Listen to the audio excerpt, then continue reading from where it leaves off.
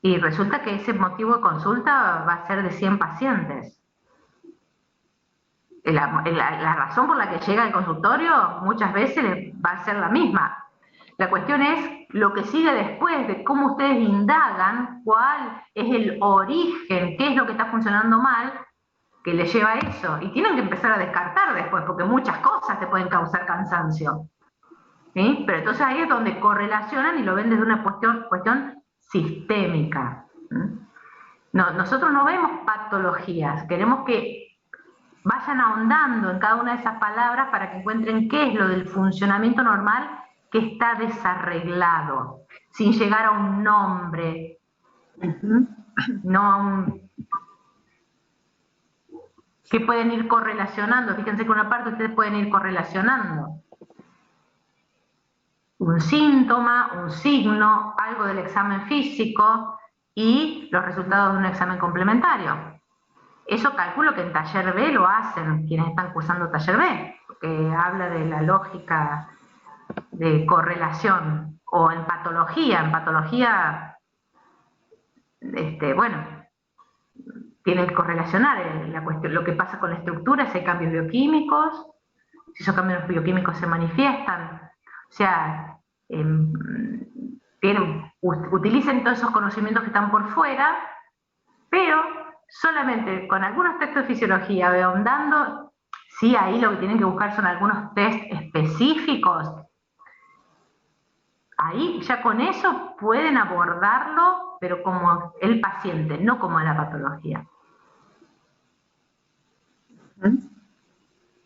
Sí, también decíamos el viernes, bueno, el tema de las hipótesis, que por ahí es clave cómo generan o qué tipo de hipótesis generan, y justamente el trabajo en equipo tiene que ver con que se puedan ir complementando en esta generación de hipótesis, en la discusión de cómo la refutan o cómo la aceptan, qué tan amplia es esa hipótesis o qué tan específicamente relacionada con un dato al que pueden acceder a través del estudio complementario o del examen físico.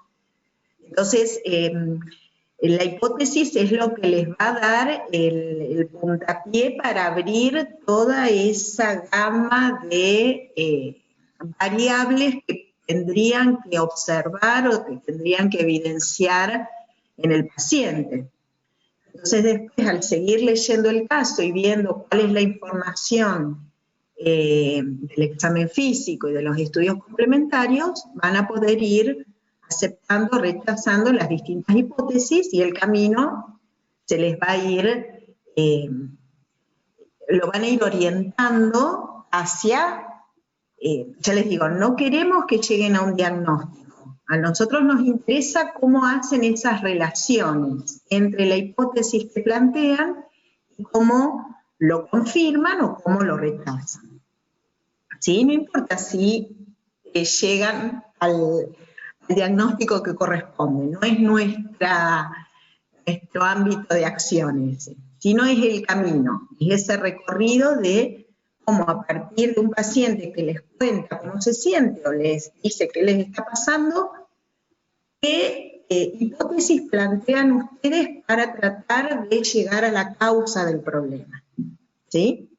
Entonces, cada uno de los integrantes del grupo probablemente plantee distintas hipótesis, porque lo va a pensar desde diferentes puntos de vista, desde diferentes ángulos. Bueno, la idea es que puedan trabajar coordinadamente sobre esas hipótesis y, bueno, decir cuáles van a aceptar, cuáles van a rechazar, fundamentando los datos que van a encontrar en los estudios complementarios y en el examen físico. ¿Sí? No sé si alguien quiere dar un ejemplo, si alguien tiene algo más o menos armado o alguna duda en cuanto a la amplitud. Es decir, es muy amplio, es decir, el hecho de que, lo puedan elaborar en más o en menos tiempo depende de cómo plantean esa hipótesis. si plantean algo muy amplio, y pueden estar bastante tiempo tratando de... Ejemplo de hipótesis amplia. Es decir, puede tener afectado el sistema nervioso y no van a terminar nunca de corroborar esa hipótesis. ¿Sí? O sea, por eso cuando hablamos de específico, ¿sí? Por ejemplo, si uno dice, sí, me siento cansado, con dolor de cabeza, llega. Entonces, ¿dónde puede estar el problema? Pero sí, puede estar el problema en el sistema nervioso. ¿En dónde del sistema nervioso? ¿Qué cosa del sistema nervioso? ¿Qué afecta? Y van entrando cada vez más chiquitos, si no la hipótesis no la van a corroborar nunca. O sea, cualquier persona, además con el dolor de cabeza solo y el cansancio, tienen otros datos en el caso para ir de todos los posibles abanicos para ir diciendo, no, esto no, porque esto se contradice. Imposible que sea por esta razón, porque en el examen físico le pasa esto y en el examen complementario le pasa eso. O sea, para que identifiquen dónde está la alteración, no cuál es el origen de la alteración, sino ir hacia atrás, volver a la fisiología para ir encontrando qué está alterado, qué proceso, qué estructura y qué proceso, ¿sí? Porque en general hay excepciones, pero bueno, justamente, bueno, esto lo saben más ustedes que están en taller B o han hecho taller A, seguramente le han hablado de que justamente generalmente los motivos que generan un problema no son 20 distintos al mismo tiempo, sino que hay un origen causal, ¿sí?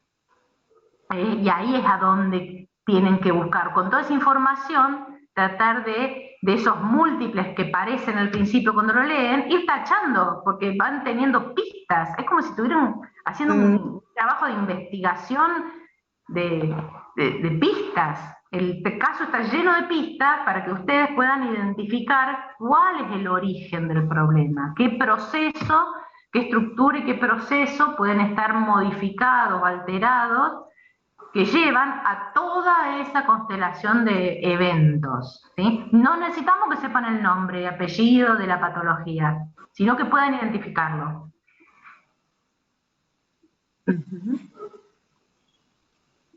Por eso, si bien no han tenido neuro, aunque neuro empiezan la semana que viene, no la otra, pero neuroanatomía ya la han cursado.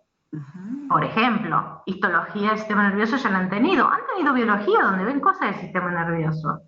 Y hace 5 clases que venimos hablando del sistema nervioso. O sea, no es que sistema nervioso no han visto nada. Tienen un montón de información. Lo que tienen es que animarse a trabajarla. Y animarse a trabajarla sin el nombre de la patología.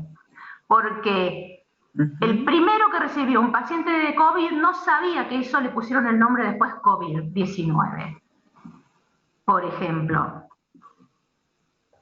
Entonces, justamente ahí está, que si ustedes reciben algo nuevo, puedan poder identificar cuál es el origen del problema. Si no, tenemos una buena computadora, ponemos los signos, los síntomas, nos tomamos la presión arterial, ponemos los rasos y no necesitamos más médicos, porque nos largan las posibles patologías. Pero somos más que datos los pacientes. Por eso es interesante que ustedes lo vean como un todo. No desde la patología, sino desde todas las cuestiones que rodean a eso.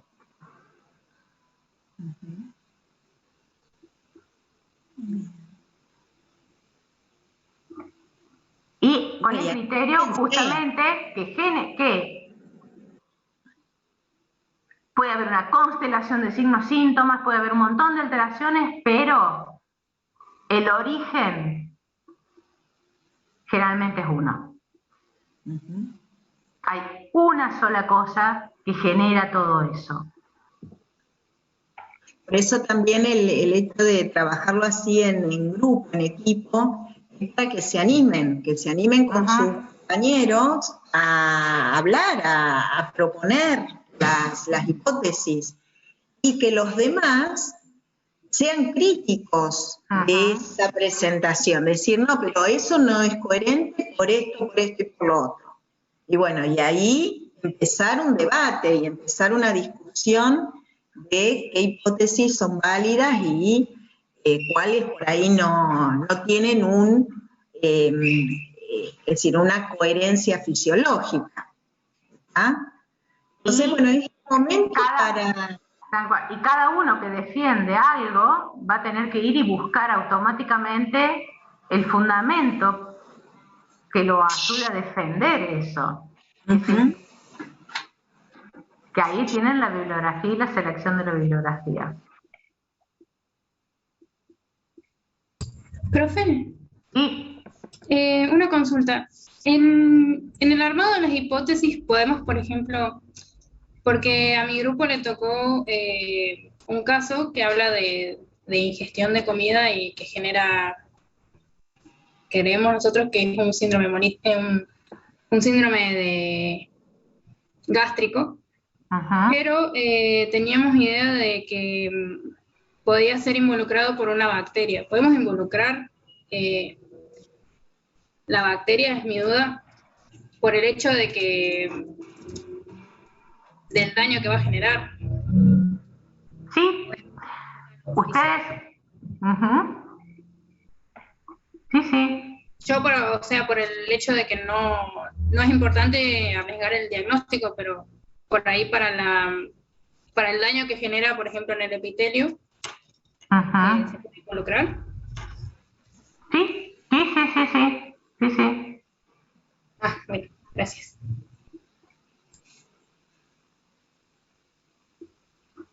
Bueno, ahí, por ejemplo, en el chat Analía está poniendo, hicieron la hipótesis, el vértigo postural paroxístico benigno. Eso ya está dando un diagnóstico. Un diagnóstico. Eso no es una hipótesis, eso es un diagnóstico, chicos. Ustedes cuando entra el paciente y lo miran, no dicen posiblemente por la postura que tiene, puede ser, pero después le hacen un montón de cosas para ver. Entonces, de entrada, ustedes no están representando el proceso que hace el médico con el paciente. Entonces, la hipótesis, ¿sí?, no puede ser de entrada, el paciente que está entrando ahí trae un vértigo postural paroxístico benigno. Y es más, ya ponen que es debido a que los otoconios que están en el oído interno, eso es cortado y pegado de un libro. O sea, nosotros vemos eso y sabemos que es cortado y pegado de un libro. ¿Se entiende?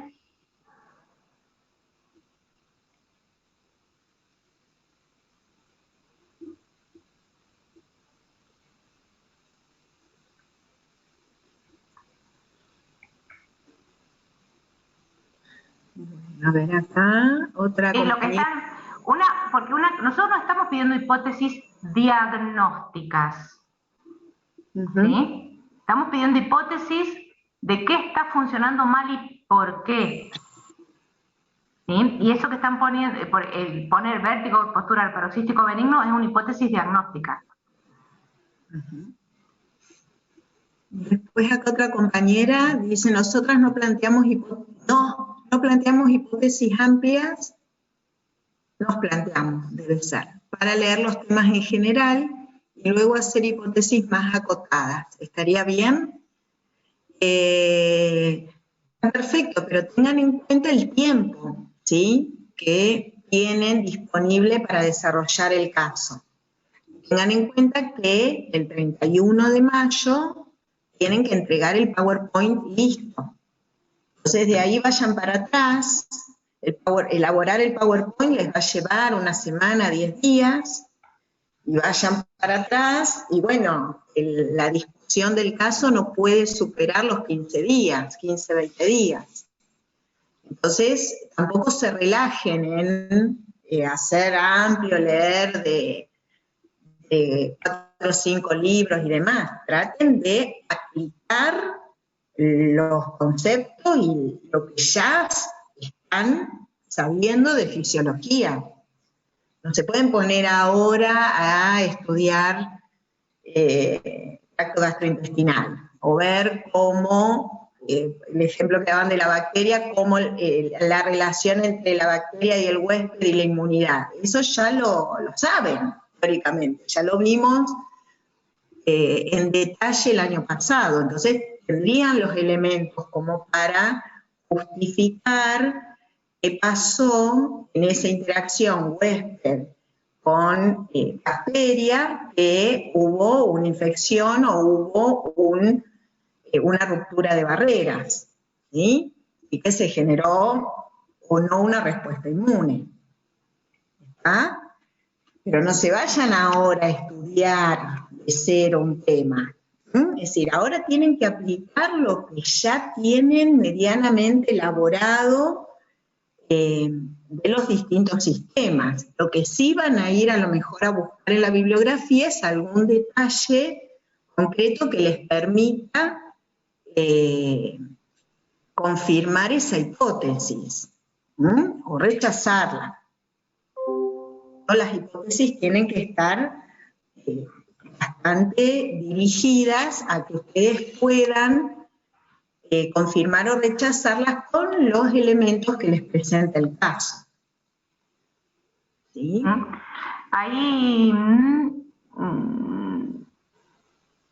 ¿quién está? Camila pregunta si la idea es hacer muchas hipótesis y ir viendo el caso, o hacer una sola hipótesis en cuál es el origen del problema. A ver, ustedes pueden ir expresando, ustedes esto lo van a tener que hacer siempre después cuando tengan, que se reúnan con sus compañeros médicos y le tengan que presentar el caso de un paciente. Y eso es lo que tienen que hacer.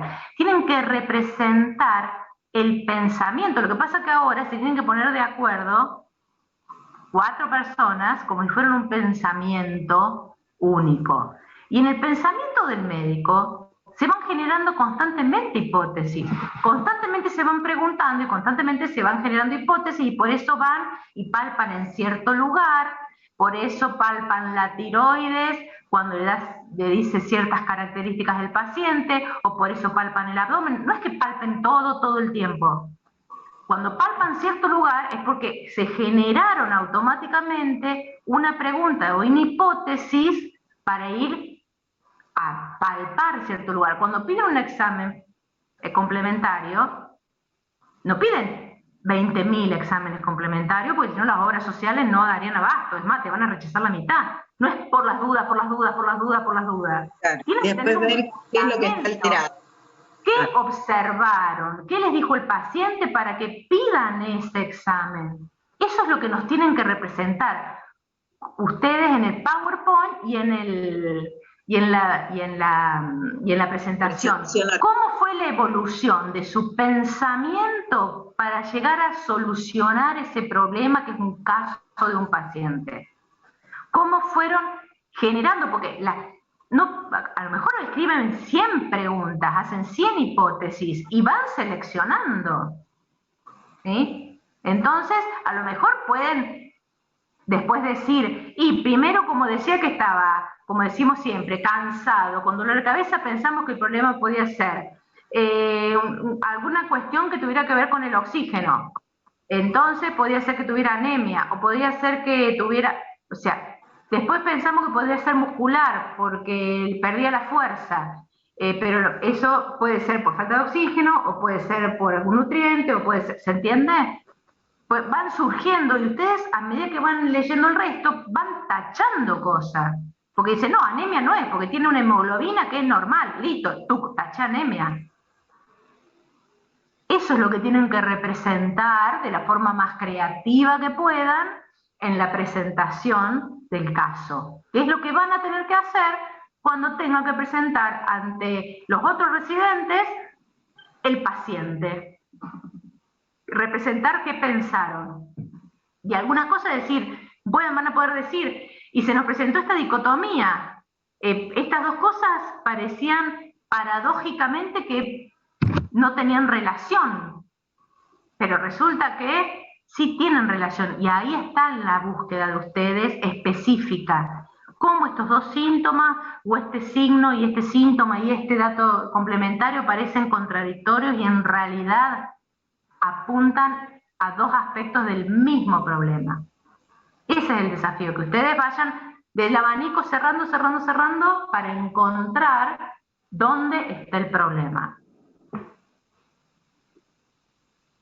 Entonces, no es que las tengan que escribir, es en su cabeza, nos tienen que demostrar qué pasó, cómo pensaron, cómo fueron pensando, cómo fueron seleccionando, que a lo mejor eso lo pueden poner en una sola diapositiva, es decir, pensamos primero en todo esto, hicimos una lluvia de ideas, pensamos en todo esto, y después vimos que en el examen físico pasaba esto, tachamos, en el examen complementario tachamos estos 5, nos quedaron estos 3.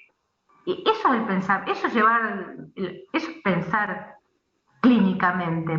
No sé cómo se los enseñan en taller A o en taller B, pero uno tiene que ir descartando cosas cuando está adelante un paciente. Y eso es la tarea que tienen que ir haciendo. Tienen todos los datos para ir diciendo, todo esto parece ser, y resulta que voy juntando evidencia que me va haciendo refutar esto, refutar esto, refutar esto, y me van quedando 2, 3, 1.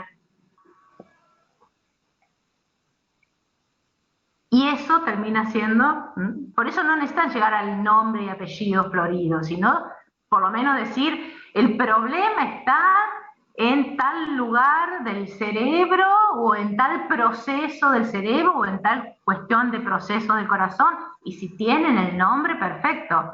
Pero si de entrada nos dan el nombre, ¿cuál es el proceso que hicieron?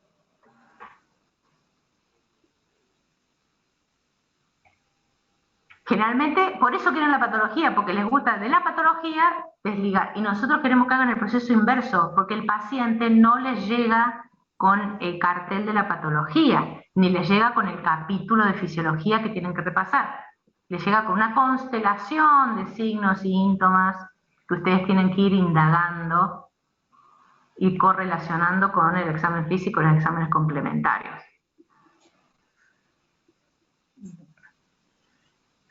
Como les dije, no tienen que escribirnosla y presentarla, porque la presentación no es escrita. Cuando hablamos de hipótesis de su pensamiento.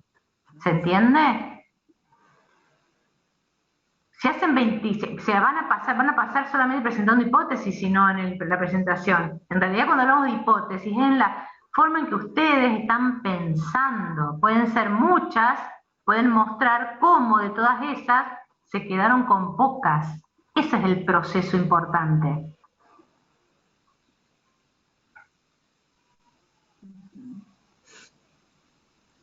¿Se entiende el concepto?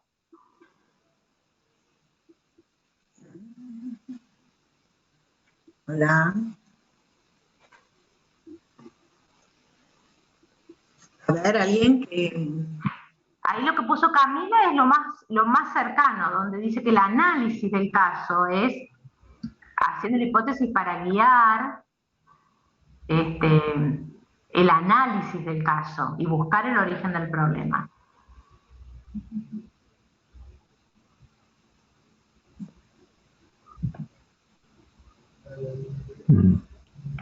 Bueno, anímense, no se bloqueen, no se desesperen, que bueno, es una actividad de aprendizaje, ¿sí?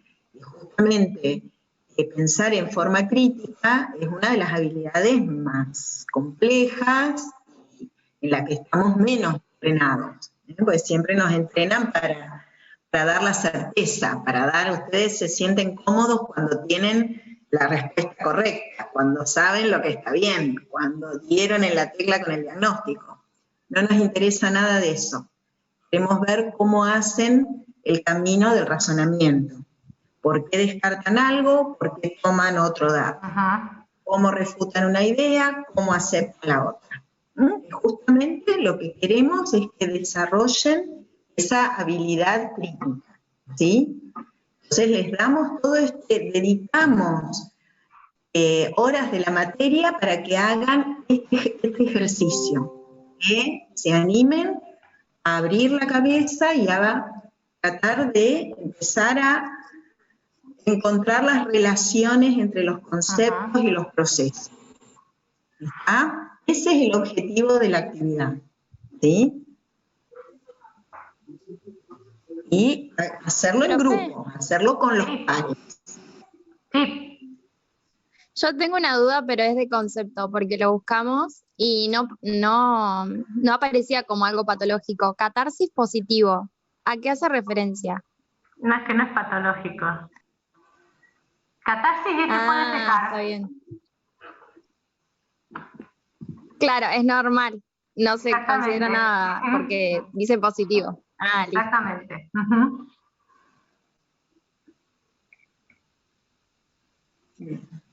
Bien.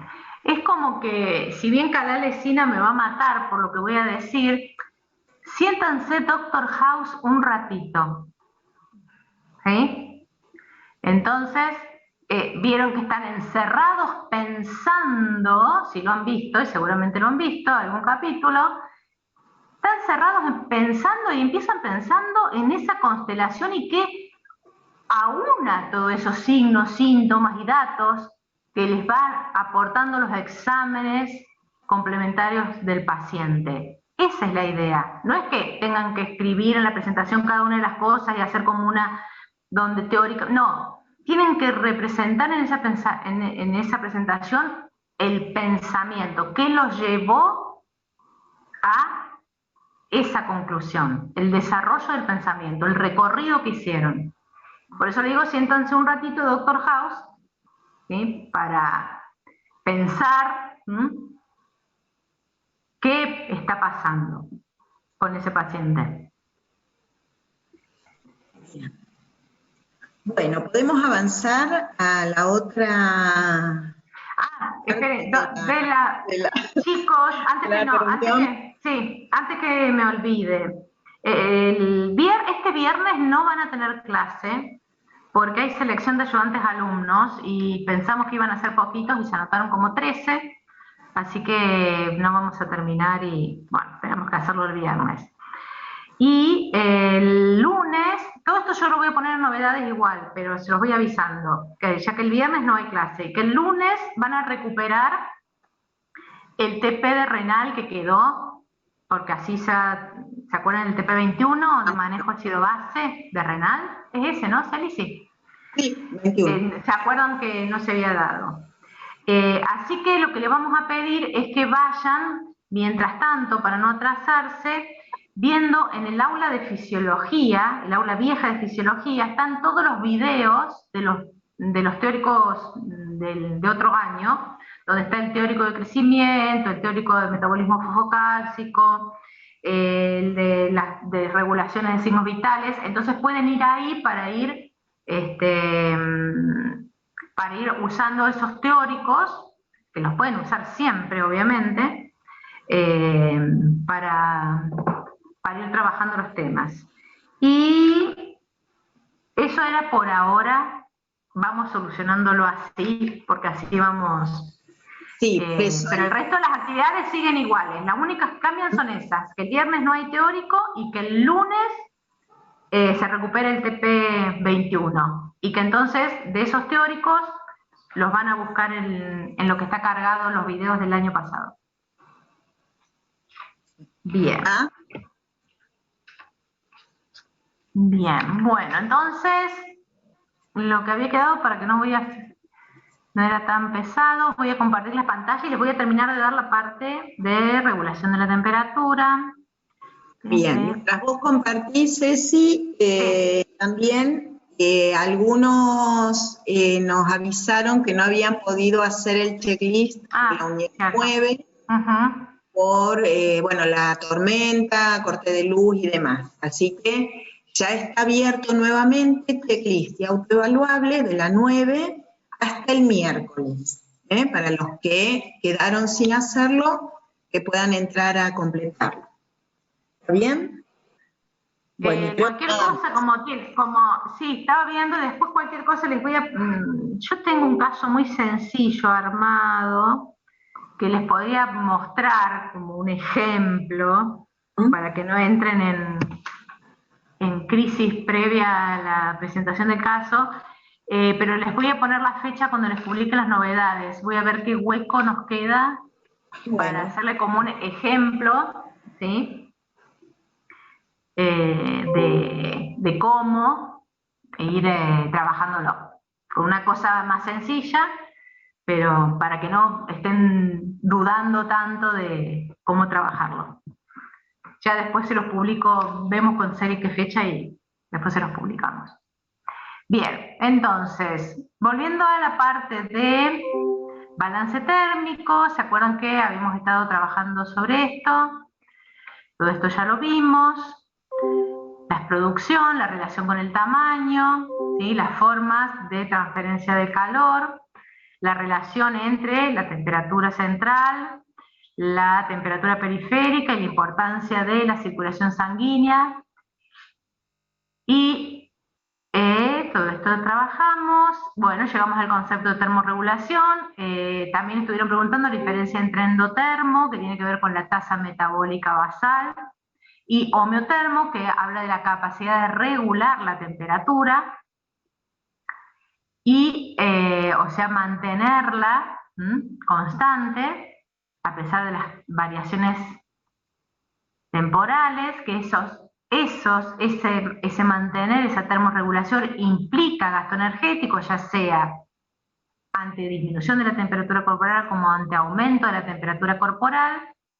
Todo esto lo habíamos estado viendo, y que entonces en la visión clásica llegábamos a esto que tenemos acá, cuál es la variable controlada o regulada, que es la temperatura corporal, que se puede expresar a través de un mecanismo de control y regulación clásico, si bien vamos a incorporar más cuestiones, más que el clásico, pero la base es la misma, y también identificar cuáles son las variables de respuesta. Hablamos de los termorreceptores, que los termorreceptores sensan la temperatura tanto a nivel periférico como central. Habíamos hablado, bueno, que los cutáneos y dentro de los periféricos también están los que se llaman profundos, que son los viscerales o que están en las venas o en los músculos, para diferenciarlos de los centrales, que son los que se encuentran en el hipotálamo. Y dentro de los periféricos, ¿se acuerdan que habíamos hablado de los que están relacionados con la piel, que es lo que vamos a ver después, forman parte de algunos de los reflejos somáticos, pero ahora los vamos a vincular con procesos que tienen que ver con el sistema autónomo, que es la regulación de la temperatura, y que esos termorreceptores de la piel tienen capacidad de sensar calor o sensar frío, y que los extremos se comportan como nociceptores que sensan cambios de temperatura principalmente, porque fíjense si acá tienden algunos a adaptarse cuando se mantiene estable la temperatura, y que hay mayor cantidad de sensores de frío más superficiales, con fibras muy finitas. Todos son lentos, si bien son mielinizadas. Los de los sensores de calor están un poco más profundos en la dermis, son fibras C, que son amielínicas y son mucho más lentas.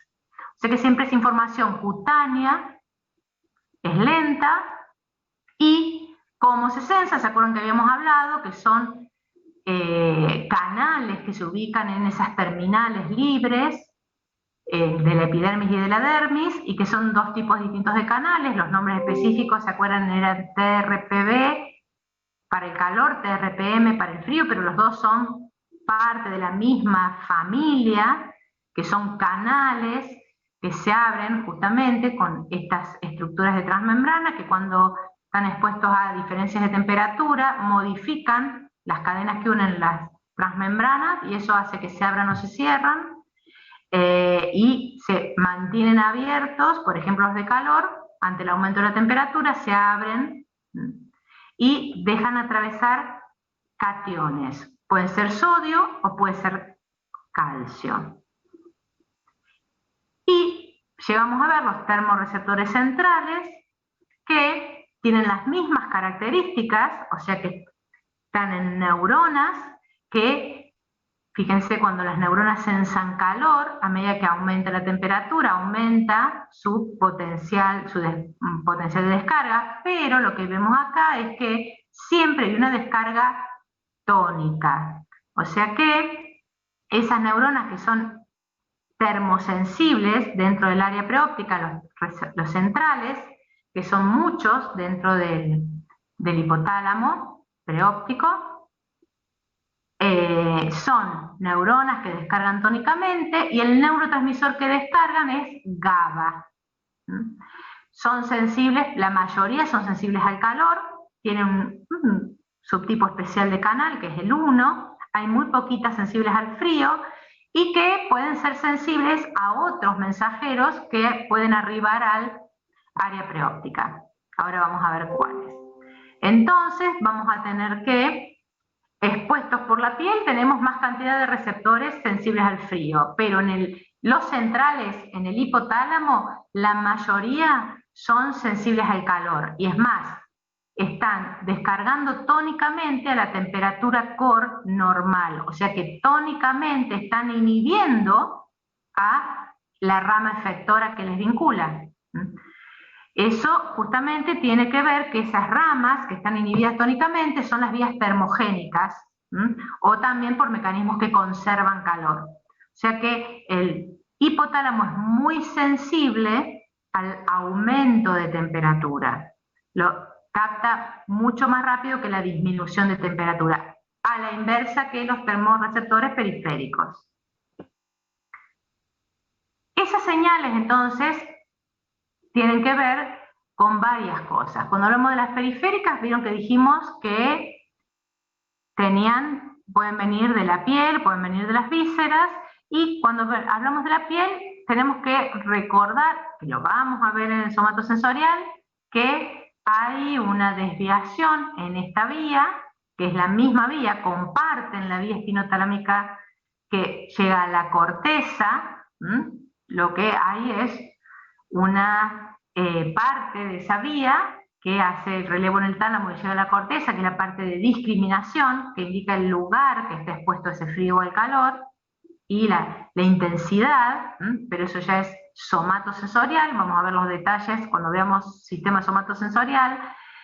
En lo que hace a la regulación de la temperatura, lo que nos importa es esta misma vía, que es espinotalámica, la parte que sigue hacia el núcleo lateral parabraquial, donde hacen relevo y llegan al área preóptica. O sea que en el área preóptica tenemos tanto neuronas propias, que son termosensibles, como la información que les llega de la periferia a través de la vía que hizo relevo en el núcleo parabraquial lateral. A su vez, la información en la médula también la médula también contiene algunas neuronas termosensibles que modulan. ¿Y esto qué va? A que cada vez que hay una sinapsis en una vía, hay modulación de esa información. O sea que en la médula ya esta información que viene de la periferia, ya sea de frío o de calor, es modulada. ¿Qué quiere decir que sea modulada? ¿Se acuerdan que lo hablamos en la clase pasada? Que hay vías intrínsecas que aumentan la sensibilidad o disminuyen la sensibilidad esa. En el núcleo parabraquial también. Y la otra característica es que la información de frío y de calor viene segregada, o sea, se mantiene separada.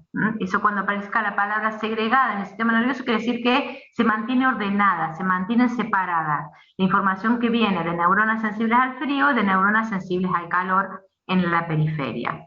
Y esta vía, que se estimula acá, que llega al área preóptica, libera glutamato, o sea que es un neurotransmisor excitatorio. Esa sería o sea que tenemos vías sensibles, intrínsecamente sensibles, que liberan GABA, y la información que le lleva de la periferia, que libera glutamato.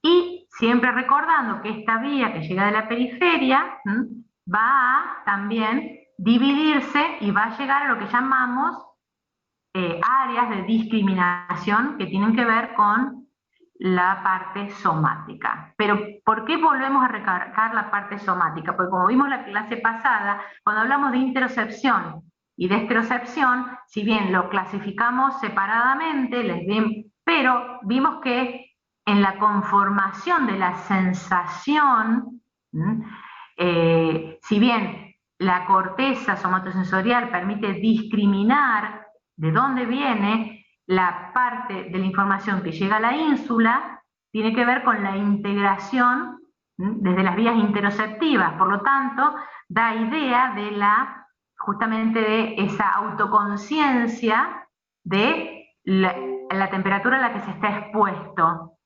Y eso acompaña las decisiones conductuales, las respuestas conductuales de la persona. Por eso es importante tenerlos en cuenta.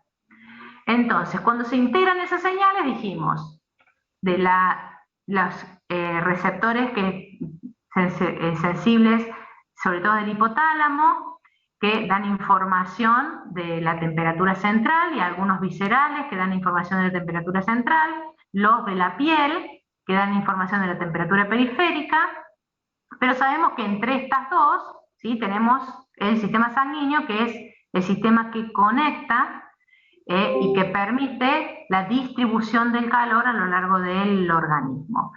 Estas neuronas del área preóptica hipotalámica, sensibles al calor, se van activando progresivamente a medida que aumenta la temperatura. Y ese aumento progresivo de la temperatura se sensa tanto por la información periférica como por la información central. O sea que las neuronas importantes del área preóptica son las que reciben tanto la información periférica como las que sensan la central. Y eso es lo que conocemos de cierta forma como neuronas que hacen al set point. Vieron que siempre se habla de un termostato en el hipotálamo. Son esas neuronas las que reciben la información periférica y a su vez son termosensibles que integran la información exteroceptiva y la información de la temperatura periférica y de la temperatura central.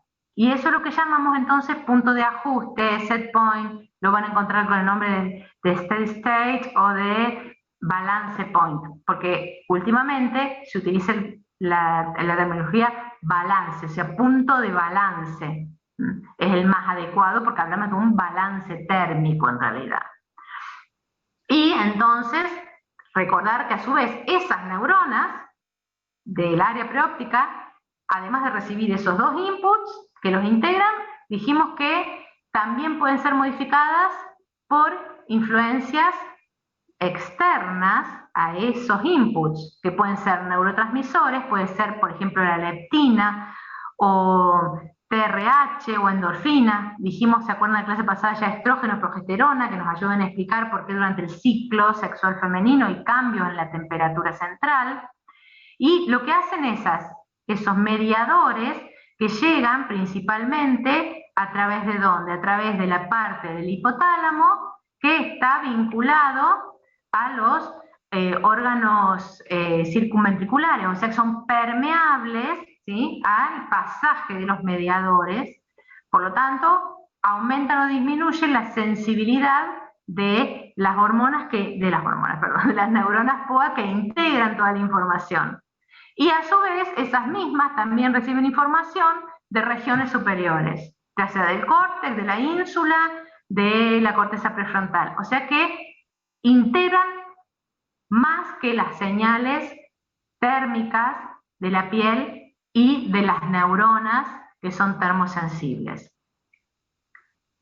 Esa integración genera, esa sumatoria de señales genera en esas neuronas una respuesta. Esas neuronas, dijimos que las que integran la información y que generan la respuesta son las neuronas que están en el área preóptica, que son GABAérgicas, que son las que tónicamente están ejerciendo una respuesta, porque tónicamente que están inhibiendo a la parte del hipotálamo dorsomedial que participa de las respuestas que aumentan la temperatura corporal. Dijimos que esas neuronas son sensibles al calor, porque fíjense que la lógica que estas neuronas son muy sensibles al calor son inhibitorias de los núcleos que generan calor, que participan en las respuestas que generan calor o que evitan que se pierda calor. O sea que hay una inhibición tónica que está manteniendo la temperatura central por debajo, ¿sí?, en el rango adecuado. Porque además, la otra cuestión que hay que tener en cuenta es que esa temperatura central está más cerca, sobre todo a nivel cerebral, más cerca de las temperaturas que causan desnaturalización de las proteínas y que empiezan a causar daños en esas neuronas, y están mucho más lejos de las temperaturas que son graves cuando se baja la temperatura corporal. Entonces, esa respuesta al posible aumento de la temperatura está mucho más controlada y regulada por esta inhibición tónica. Y entonces, acá es lo que tenemos representado. Esta es la neurona efectora que integra mucha información, acá la tenemos representada por una sola neurona, pero que libera GABA y que inhibe las vías eferentes que generan calor o que se llaman de defensa contra el frío. Son las que generan calor o que evitan la pérdida de calor.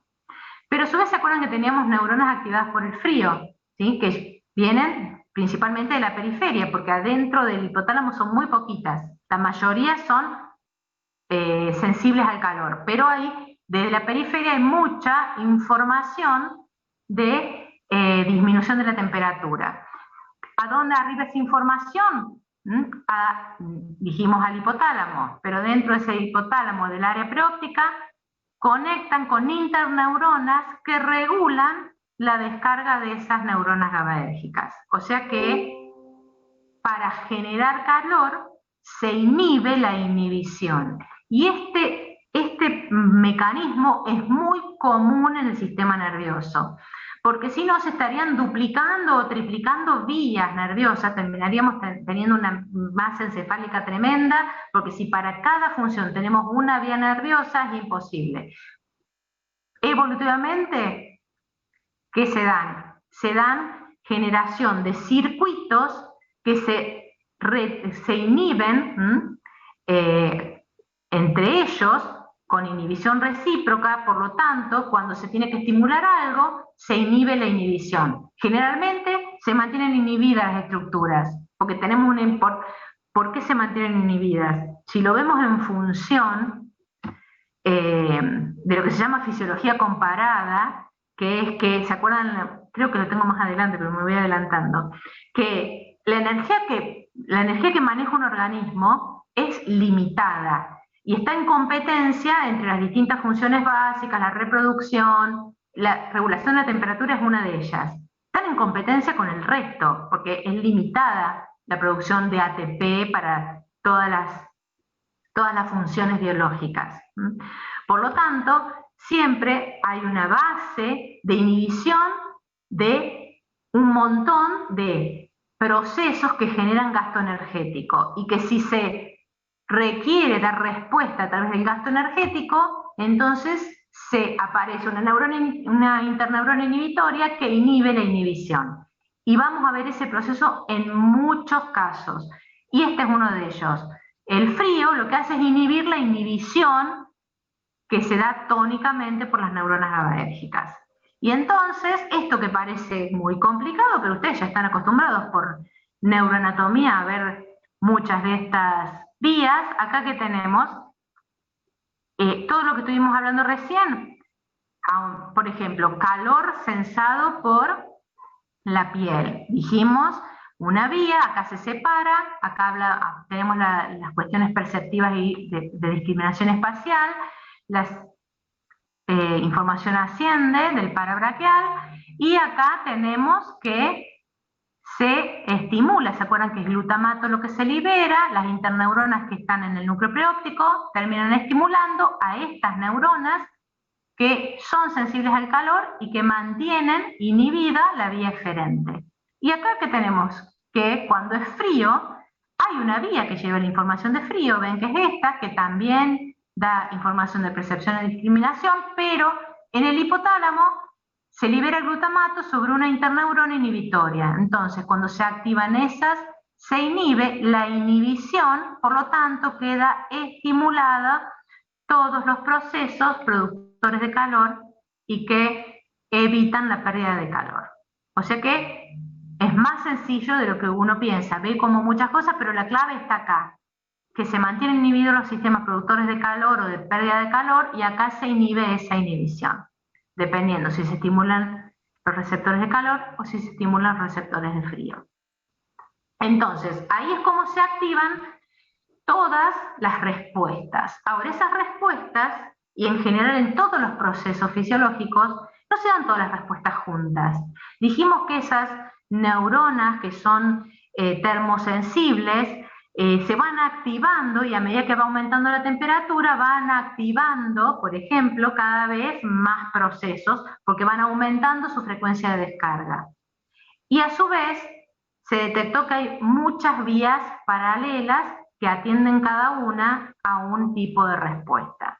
Entonces, tenemos señales, ¿sí?, que vienen principalmente, las señales que vienen principalmente de la piel, o sea, de los esteroceptores, participan de las respuestas que se llaman feed-forward. ¿Se acuerdan de cuando el primer teórico que vimos, que dentro de los mecanismos generales de homeostasis había estado los de retroalimentación, que son los más conocidos, y los de anteroalimentación o prealimentación, que acá se dan?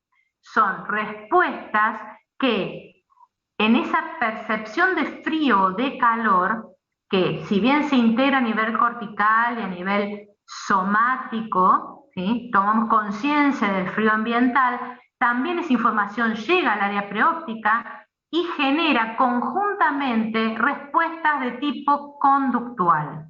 Esas respuestas conductuales son las primeras que se dan. ¿Por qué? Porque son las respuestas conductuales que tienden a ¿qué? A disminuir el impacto del cambio de temperatura ambiental. O sea que se dan cuando cambió la temperatura periférica, pero no hay cambios en la temperatura central. Pero cuando con esas respuestas conductuales no se alcanza a mediar esa disminución o ese aumento de temperatura y hay un impacto en la temperatura central y esa temperatura central cambia, se ponen en marcha los mecanismos que conocemos como de respuestas de feedback, que son las respuestas autonómicas. Entonces ahí ya hablamos de una secuencia. Primero respuestas conductuales, generadas principalmente por la señalización que viene de la esterocepción, de la piel, y después se dan respuestas autonómicas, principalmente por el cambio de la temperatura central. Ahora, además, dentro de esas respuestas autonómicas también hay una secuencia, ¿sí? Y cuando hablamos de retroalimentación negativa, que no se da en la conductual, ¿por qué no se da en la conductual? Porque en la conductual no hay modificación de la temperatura central. Lo que se dan son conductas de evitamiento del ambiente donde tenemos cambiada la temperatura. En cambio, en las respuestas donde hay cambio en la temperatura central, sí se da un mecanismo de retroalimentación negativa, que es el modelo clásico. O sea que fíjense que el modelo clásico no me explica las respuestas conductuales. Por eso vamos sumando y vamos viendo de una forma más sistémica cada una de las respuestas. A su vez, dentro de la activación autonómica también hay una secuencia. ¿Y justamente a qué atiende esa secuencia? A lo que les decía recién, que la energía del organismo se está dividiendo constantemente en varios procesos homeostáticos, en el proceso de reproducción, en el proceso de crecimiento, y en la, entre comillas, que se llama así, toma de decisión dentro de esa competencia, ¿sí? La secuencia de activación autonómica refleja el costo energético de cada proceso. Entonces, por ejemplo, la vasoconstricción siempre se da antes de la termogénesis, porque obviamente el impacto en el costo energético es mucho menor. La vasodilatación siempre se da antes que la sudoración, porque el impacto en el balance hidrosalino, que va a terminar impactando en mayor gasto energético, también hace que los procesos de vasoconstricción y vasodilatación se generen previo a otros procesos.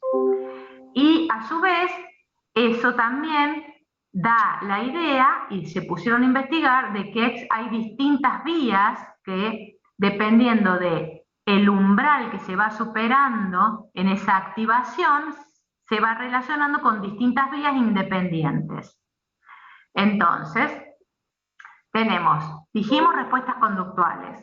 Esas respuestas conductuales son innatas, o sea, a veces se dan sin que las pensemos, ya vamos a ver ahora en conducta cuando hablemos de innato, o aprendidas, porque sabemos a dónde ir a buscar la colcha, cómo prender el aire acondicionado, cómo levantarla. Eso serían respuestas conductuales termorregulatorias. Por ejemplo, modificar las posturas de superficies expuestas. Esas a veces son innatas. Es la auténtica que sacás el pie de abajo de la cama cuando tenés calor durante el verano, o sacas la mano, le estirás. Eso que estás exponiendo superficies para perder calor. O al revés, abrazarse y achicar los brazos porque es una respuesta innata de postura que disminuye ante el frío la exposición de las superficies. Modificación del microambiente sería eso, ya agregarse ropa, modificar el termostato de la caldera, del aire acondicionado, que son aprendidas, que esas son todas conductas de evitación de ese ambiente adverso. También conductas sociales, el abrazarse o el separarse si hay calor, todo eso son conductas y están mediadas por esta interacción entre lo esteroceptivo y lo interoceptivo. Pero lo que se encontró es que generalmente esas conductas están más integradas en el lado somatosensorial con la integración del área preóptica, porque cuando destruyeron el área preóptica, las conductas se seguían dando, pero no de manera coordinada con la respuesta autonómica. O sea que en realidad toda la construcción de la respuesta conductual se termina de integrar en el POA, pero no depende su expresión del área preóptica, pero sí la coordinación con la respuesta autonómica. Y entonces, esas respuestas autonómicas, ¿cuáles son? Acá tenemos, fíjense que es el mismo modelo, la temperatura, que antes eran las señales, temperatura core y de la piel, y en ese sistema, en ese hipotálamo, que ahora ya sabemos, en el hipotálamo, el área preóptica, se integra la información y esas neuronas GABAérgicas, su estimulación o su inhibición son las que determinan la respuesta, y esas respuestas se pueden dividir en, fíjese, básicamente que tenemos respuestas que tienen que ver con la piel, donde se está modificando la pérdida, o digamos, se está regulando el intercambio de calor con el medio a través de los mecanismos que vimos, evaporación, radiación, convección, o agregando una prenda por respuesta conductual, estás modificando justamente esa pérdida de calor. También generando calor, por eso hablamos de un control metabólico, y obviamente el vasomotor, que dijimos que en el fondo ese vasomotor es el más barato para el cuerpo. Lo que hace el vasomotor es regular la cantidad de calor que arriba desde la temperatura core a la piel y que se pierde, que se disipa, y entonces o la aumenta o lo disminuye en función de la cantidad de calor que ese organismo necesite disipar o retener. Y lo que se encontró es que cada una de estas respuestas tiene una vía distinta. O sea que esto que, si bien se integran todas en la misma, cada una tiene una vía distinta. Y participan el hipotálamo, o sea, dentro otras partes del hipotálamo, como son el dorso medial o el hipotálamo lateral. O sea, en el anteroposterior, en el área preóptica se integra. Y esa información va a otras áreas del cerebro, también hipotalámicas en la mayoría, algunas no. Fíjense que cuando vemos, comparten estructuras, pero no son todas iguales, pero en muchos casos que, fíjense, lo que tiene que ver con la termogénesis, está el hipotálamo dorsomedial participando. Y después la vía eferente, en la mayoría de los casos es simpática, o sea que el mediador principal es el sistema nervioso autónomo, división simpática, salvo en uno de los mecanismos de respuesta autonómica, que es a través de la estimulación del músculo esquelético.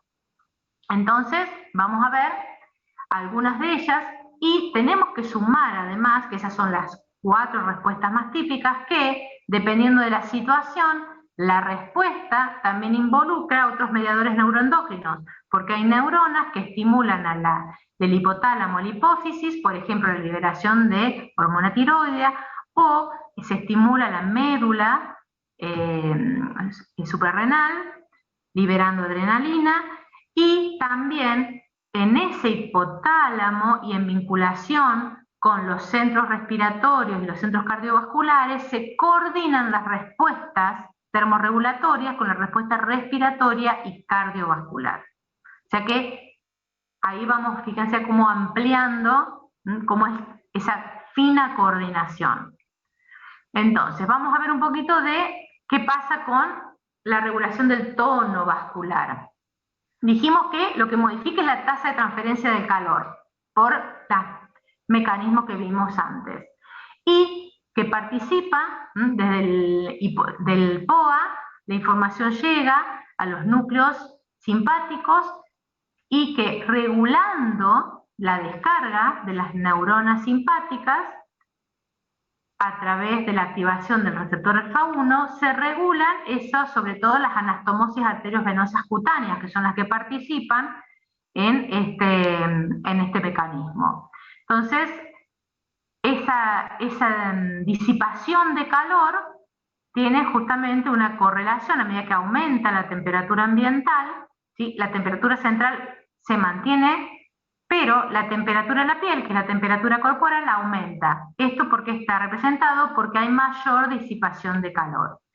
Ahora, esto es importante si existe un gradiente para que se disipe el calor. O sea que a medida que se pierde, si la temperatura corporal aumenta tanto que se pierde el gradiente, ya este mecanismo de transferencia del calor ante aumento de la temperatura no es eficiente. Y se suma además, este es el principal, el tono simpático, que sabemos que el músculo liso vascular es el que está inervado por las vías simpáticas, pero también el sistema vasodilatado colinérgico, que es activado por calor y está mediado por óxido nítrico. O sea que se suma para la mayor eficiencia este otro sistema vasodilatador. Obviamente que la inversa pasa cuando hay que restringir, se restringe la circulación por esa anastomosis arteriovenosa y que se está evitando la difusión de calor. Entonces, la circulación sanguínea redistribuye el calor, no pierde el calor por transferencia. Este sería un mecanismo de defensa contra el frío y este sería un mecanismo de defensa contra el calor, y así como lo van a encontrar en los libros. Y obviamente que a medida que aumenta la temperatura ambiental, pasamos de ese tono vascular que se mantiene, que se va perdiendo, hasta llegar a una vasodilatación total. El otro mecanismo es el de la sudoración. ¿Por qué? Porque dijimos que si no hay gradiente, por ejemplo, cuando es un mecanismo de defensa contra el calor, si no hay gradiente de temperatura, no se pierde calor por los mecanismos de aumento de la circulación en la piel.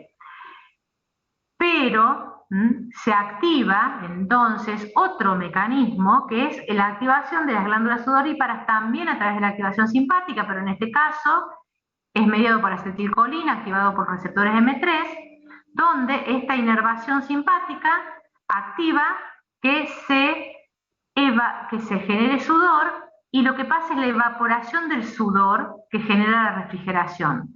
¿Por qué? Porque justamente al generarse agua, el agua tiene mayor capacidad de transferir ese calor al evaporarse. Por eso es importante en altas temperaturas, donde justamente ya no hay gradiente para que el calor disipe por el mecanismo anterior.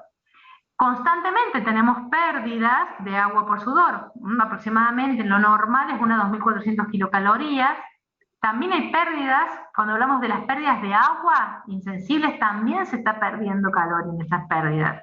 Y obviamente, ¿qué impacta? Así como en el anterior mecanismo impacta que se aumenta la temperatura, no hay gradiente, en este caso se aumenta la humedad relativa, esta sudoración no es un mecanismo adecuado. También depende de la cantidad expuesta que permite la sudoración, la circulación de aire, a mayor circulación de aire, mayor tasa de evaporación, o sea que hay un montón de condiciones que favorecen o desfavorecen esta tasa de sudoración. Y eso es muy importante tener en cuenta cuando hablamos del posible golpe de calor. Cuando estos mecanismos refrigerantes, estos primeros mecanismos refrigerantes, ya el conductual no mejoró, no hay forma, no tenés aire acondicionado, aumentó a 40 grados la temperatura dentro de tu casa, no hay gradiente entre tu temperatura corporal y, o sea que se van perdiendo mecanismos, ya no hay mecanismos.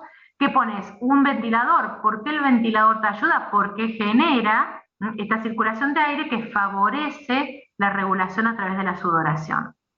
Y por eso justamente aumenta, a medida que aumenta la temperatura, aumenta la tasa de evaporación. Y justamente es muy importante cuando va aumentando la temperatura, donde ya la transferencia no se puede hacer, pero sí la evaporación. Fíjense cómo va aumentando el porcentaje de impacto de la evaporación en mantener la temperatura corporal a medida que aumenta la temperatura ambiental. Un mecanismo ya de defensa del frío que tiene que ver con la piel es la piloerección, que también son todos mecanismos que modifican la tasa de transferencia. Fíjense que no hay generación de calor acá. En este caso modifica la tasa de transferencia evitando la radiación, porque al producirse la contracción también por una vía simpática, pero que libera acetilcolina, de la contracción del músculo erector del pelo, la capa aislante aumenta. Por lo tanto, se está regulando, es como que el mecanismo de disipación del calor tiene que atravesar una capa más. Por lo tanto, disminuye la pérdida de calor, esa piloerección. Entonces, vimos hasta acá cómo se puede controlar y regular el intercambio de calor con el medio ambiente. Nos falta ver cómo se puede controlar y regular la producción del calor metabólico. Entonces, esos serían mecanismos justamente de tanto respuestas conductuales como autonómicas que participan. Entonces, control y regulación del intercambio de calor y control autonómica ya, control y regulación de la producción de calor metabólico. Esa producción de calor metabólico es lo que llamamos termogénesis adaptativo-facultativa. Tenemos dos mecanismos principales. La termogénesis tiritante, que es la que dijimos, que mostramos anteriormente, que por otra vía, también a nivel hipotalámico, se estimulan vías somáticas de control somático del sistema motor, ahora vamos a ver cuáles, y se estimula la contracción de las fibras en forma rítmica. Y la termogénesis no tiritante, que aparece con estos siglas BAT, es en la que participa el tejido graso especializado, que se acuerdan que ya vimos, no me acuerdo si en la clase pasada o en la anterior, cuando hablábamos del tejido adiposo, que ya vimos las diferencias entre lo que llamado blanco y el tejido adiposo marrón. Esa termogénesis tiritante, que es la que se da primero en este proceso secuencial de generación de temperatura, fíjense que generalmente se da en los músculos esqueléticos y esta estimulación dijimos que es a partir del hipotálamo, o sea, el POA sensa envía información al hipotálamo posterior y dorso medial, y de allí parte información hacia que conecta con vías descendentes que controlan el músculo esquelético, retículo espinal y rubro espinal, porque tiene acción sobre la motoneurona alfa y la gamma, y entonces esa acción, interacción entre alfa y gamma va generando esa contracción rítmica del músculo esquelético. Y la termogénesis no tiritante, entonces, es mediada específicamente por el simpático. Esa noradrenalina actúa a través de receptores beta 3 y que estimulan, por un lado, la lipólisis y la activación de esa proteína mitocondrial que es desacoplante de la cadena de electrones. Por lo tanto, a igual tasa de ingreso de sustrato se genera más calor y menos ATP. Por lo tanto, constantemente, a medida que se va quemando esos ácidos grasos, se genera más calor. Y eso es favorecido porque esta acción estimula, ¿se acuerdan cuando vimos funcionamiento de la tiroides? Una deiodasa específica, la deiodasa 2, que se encuentra en este tejido adiposo graso, se activa, justamente se estimula la transcripción de esta deiodasa en el tejido adiposo graso, marrón, y esta facilita que la T4 pase a T3 y entonces se genera una acción sinérgica para la termogénesis facultativa no tiritante. Esta acción tiene cambios que van acordes porque se permite mayor acumulación. Fíjense que hay mayor acumulación en los recién nacidos, es parte de la termogénesis que participa de los primeros momentos de regulación de la temperatura en el neonato, este mecanismo. En el adulto cambia la acumulación de tejidos, fíjense que principalmente es escapular, ¿sí? Suprarrenal, paravertebral, y cambia la cantidad dependiendo de la época del año, porque tiene una relación directa justamente con la termogénesis por exposición al frío. Entonces, cuando vemos en su conjunto este sistema de termorregulación, tenemos que esa temperatura corporal, que ya sabemos, se sensa tanto en el hielo, o sea, en la periferia, como en la temperatura central, que toda esa información y visceral, que es parte de la periférica, puede estar moderada, por ejemplo, cuando hablamos de fiebre, por factores pirógenos que afectan estas neuronas del POA, o por hormonas, como vimos la leptina, por ejemplo, o vimos estrógeno, progesterona.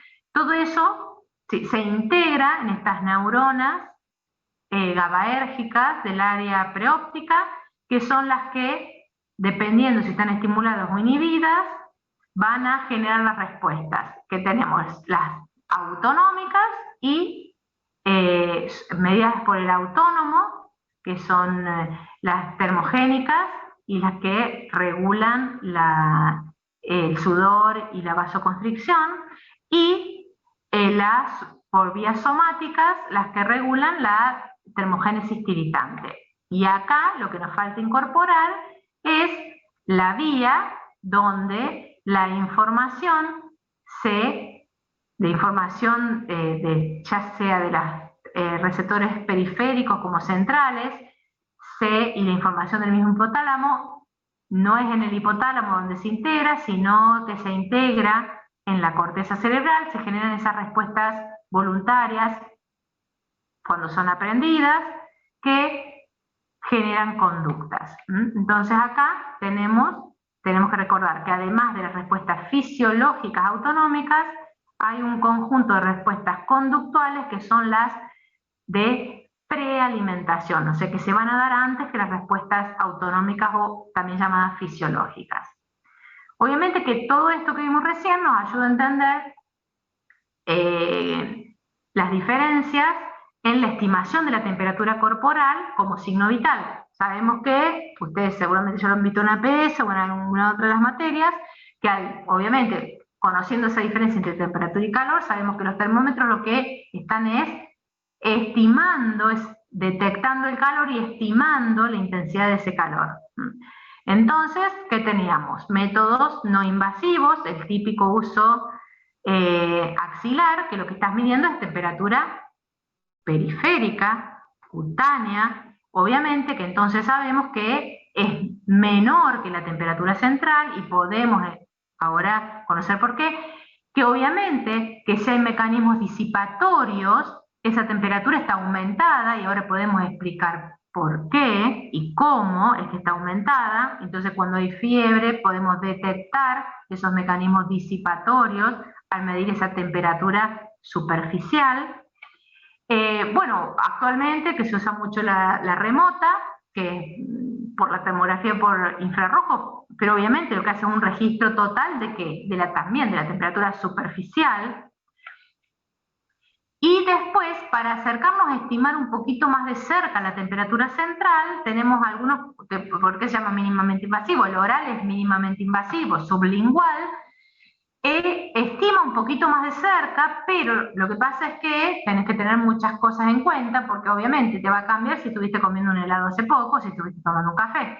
Es muy sensible a los eventos que estuvieron pasando, pero es mucho más cercano que una temperatura cutánea axilar. La timpánica también, el problema es que puede haber cera en el canal auditivo, que depende de la profundidad y no se llega a mucha profundidad en el canal auditivo, por lo tanto es bastante impreciso con ese sensor infrarrojo tomar la temperatura timpánica, o sea que en el fondo la oral y la timpánica se acerca más a la temperatura central, y después tenés la rectal, que ¿de qué va a depender? Del contenido de la ampolla rectal, y porque eso dice que tiene una latencia además, porque fíjense, cuando se toma la temperatura en este momento, tienen la temperatura rectal y la temperatura nasal. Fíjense que la temperatura nasal es un poquito más cercana a la temperatura real, pero cuando se toma hielo, lo que hablamos de que hay latencia, es latencia en el tiempo, porque cuando hay cambios en el recto, fíjense que lo que tarda en representarse esa temperatura, en cambio, si uno consume hielo que modifica la temperatura nasal inmediatamente lo puede registrar, como la temperatura bucal. Por lo tanto, justamente esto es lo que nos está explicando, que ninguna realmente nos va a dar idea real de la temperatura central si no tenemos en cuenta un montón de condiciones antes de tomarla. Y los más invasivos, que son, bueno, en temperatura esofágica o en la vejiga, o bueno, dependiendo el problema que se está estudiando, se puede llegar a ser más invasivo, que se puede tomar la temperatura central cerebral. Pero obviamente que depende del momento del día en el que estemos tomando la temperatura, también va a haber un impacto, porque hay un ritmo circadiano, como en todo parámetro fisiológico. El ritmo circadiano tiene un impacto, y cuando uno ve la temperatura central a lo largo del día, cambia, se mantiene en el rango entre 36,5, 37,2 en realidad, no llega a 37,5, pero 37,3. Pero cuando se observan más de cerca, se observa que durante la noche, mientras dormimos, es en el momento en el que se da la menor temperatura corporal. Y eso se puede observar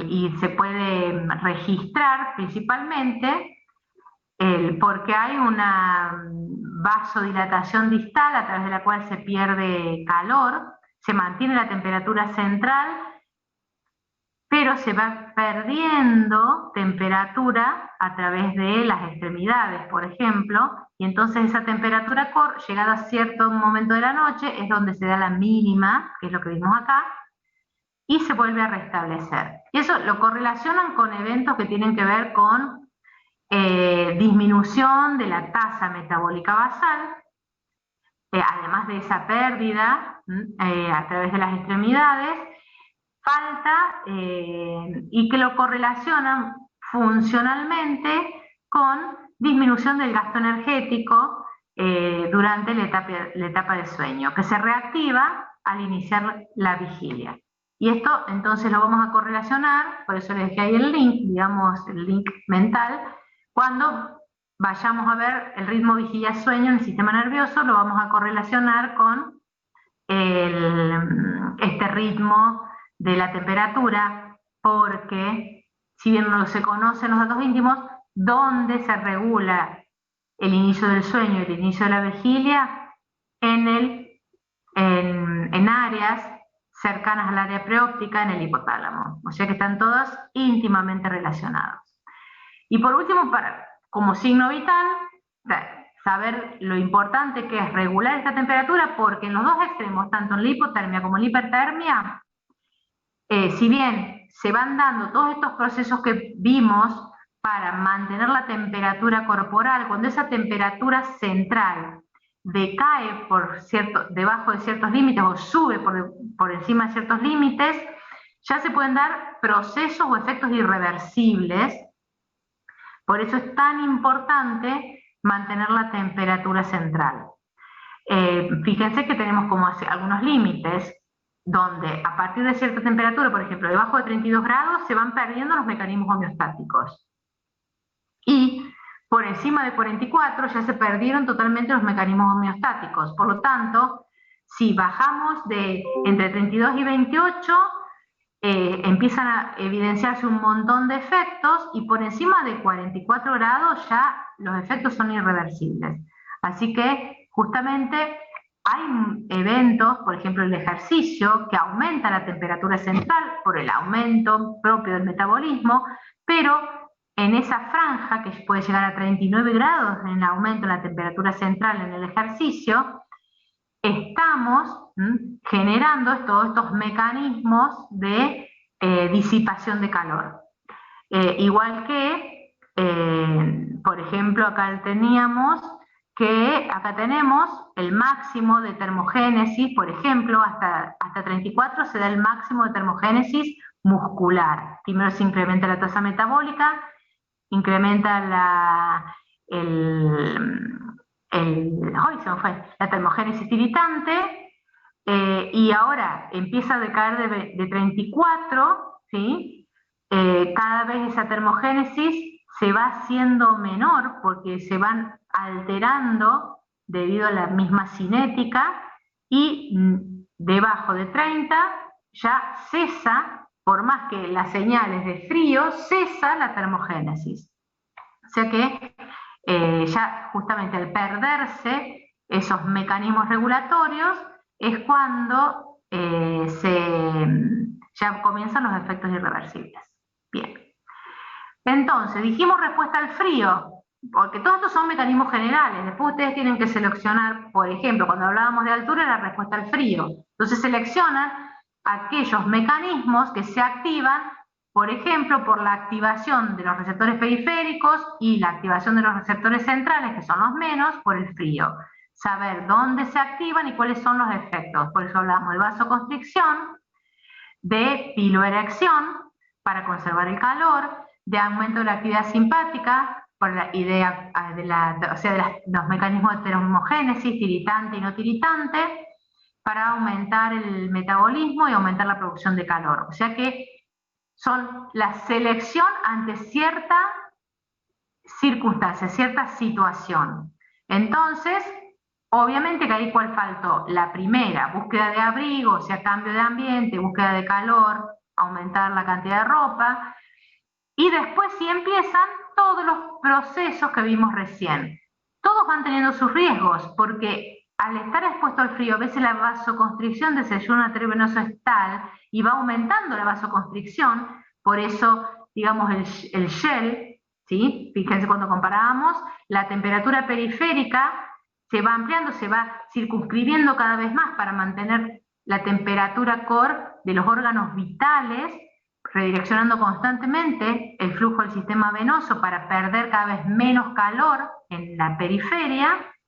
Por lo tanto, eso va a tener consecuencias, creo que están acá, que justamente es esa vasoconstricción extrema que lleva a que los lugares que dejan de ser irrigados sufran gangrena. Además, cuando baja mucho la temperatura, se pone mucho más viscosa la sangre, por lo tanto, le cuesta más atravesar los capilares, hay menos oferta de oxígeno, y todo eso justamente va en detrimento, si bien se mantiene cada vez más la temperatura core, se va haciendo esa temperatura core cada vez más cercana y restringida a los órganos vitales. Todo el resto, en esta competencia que hablábamos, se va perdiendo. Y obviamente que en esta respuesta al frío es una situación de estrés, o sea que se suma lo que vamos a ver después en nervioso, la respuesta ante este estímulo estresor, que es esta exposición al frío, donde También a nivel de hipotálamo se registran estas señales que se van a procesar a veces cognitivamente, a veces se va a pasar lo cognitivo, y a través de la actividad simpática se suma, se sinergiza a través justamente de la liberación de adrenalina por la médula suprarrenal, la termogénesis. Y habíamos visto en la clase pasada la diferencia entre la aclimatación o la respuesta ante una situación momentánea con lo que llamaríamos adaptación, o sea, aquellas poblaciones que viven, y hace generaciones que viven, muchas generaciones que viven, expuestas a determinada temperatura. Sería, en este caso, por ejemplo, se estudiaron las poblaciones esquimales o las poblaciones de mongoles expuestos a temperaturas muy bajas, temperaturas medias muy bajas todo el año. ¿Qué se encontró? Que hay menor cantidad de glándulas sudoríparas en el cuerpo, que tiene niveles basales aumentados de T3, por lo tanto su metabolismo basal comparado con una persona que vive en lo que llamamos normotermia, o sea, en una temperatura ambiental 25-30 grados, tiene un metabolismo basal incrementado en un 50%, tiene modificado el set point en menor, o sea que generalmente requiere menos gasto energético para mantener la temperatura core, y hay muy poca respuesta por temblores musculares. Lo que impacta acá son las adaptaciones culturales, que son de dos tipos. Por un lado la ropa y por otro lado la dieta. O sea que la dieta rica en grasas, que son grasas saludables. ¿Se acuerdan que ya hablamos el impacto de la dieta, que tienen genéticamente modificadas algunas transcripción de algunos factores que facilitan la digestión, la absorción y sobre todo el procesamiento, y la dieta que es mucho más rica en omega 3 que en otro tipo de grasas, pero son grasas y todo eso favorece entonces la acumulación en el tejido adiposo marrón. Bien, entonces esto como para que vayan viendo cómo correlacionar todas las... fíjense que le vamos ya dejando links cuando veamos estrés, cuando veamos conducta, que son algunos de los próximos teóricos. Profe, nos pasa una pregunta.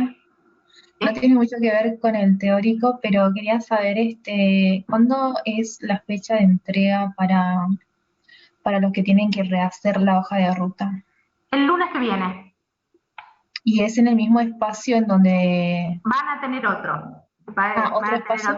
Sí, sí, sí. Ah, buenísimo, porque quería saber eso, porque sí. estamos a full. No, se van a tener otro espacio, hasta el lunes que viene va a estar abierto. Así lo hacen. Muchas gracias, profe. No, es nada. Bien, bueno, ¿alguna duda de esto, de esta parte?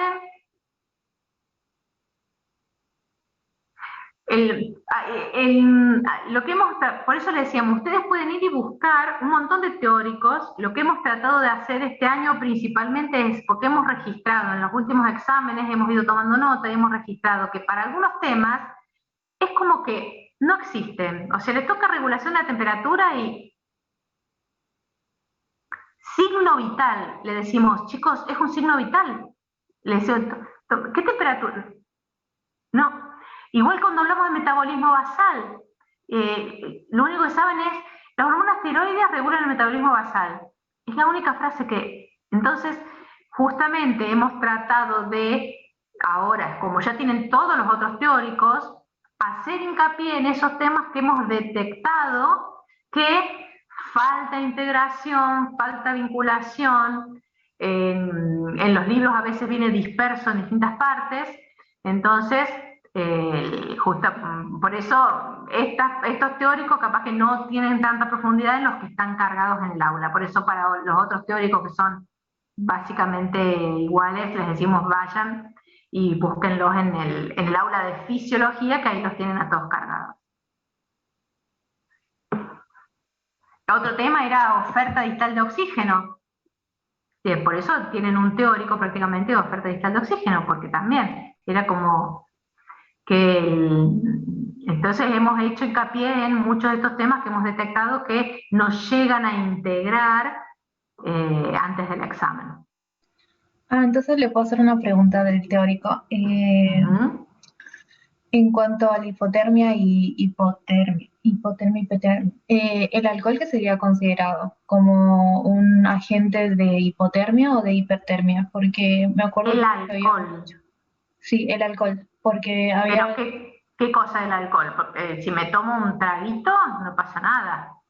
Si me tomo un... Claro, no, en un problema, en una persona que tiene ya problemas, que es una persona alcohólica, había tenido un trabajo que hablaba de una persona alcohólica, era un caso, y nada, al principio es como que te da calor, pero después con el tiempo en realidad te causa una hipotermia, pero está como primero te causa una ligera hipotermia y después una hipotermia, ¿sería así el orden o es uno u otro?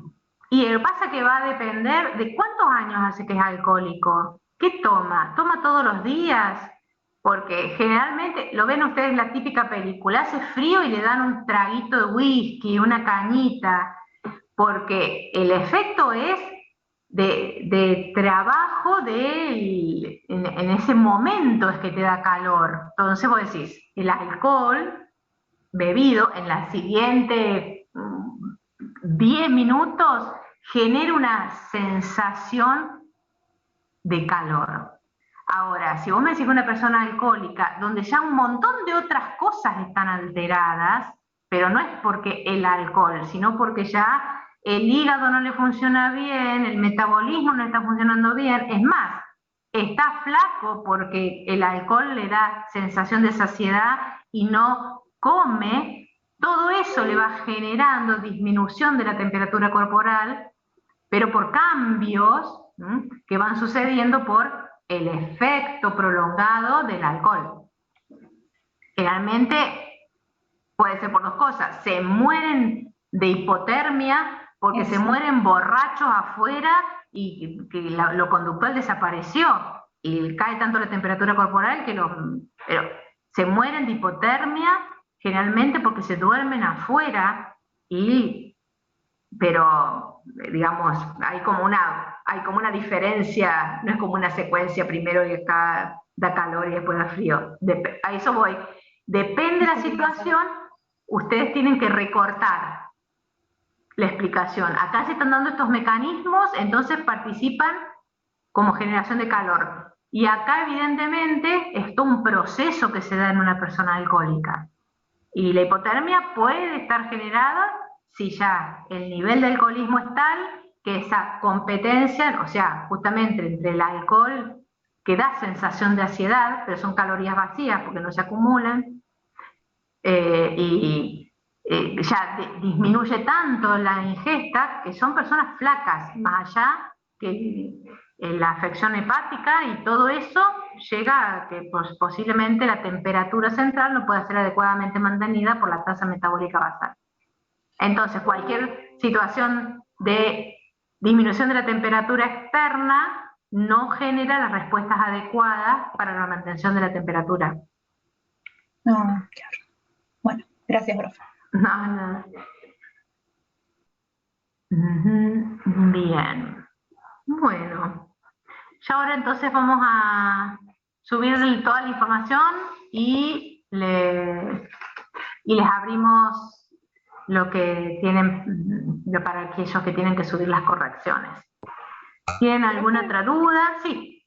Me quedé pensando en lo del alcohol, porque, por ejemplo, en el caso de las personas, no sé,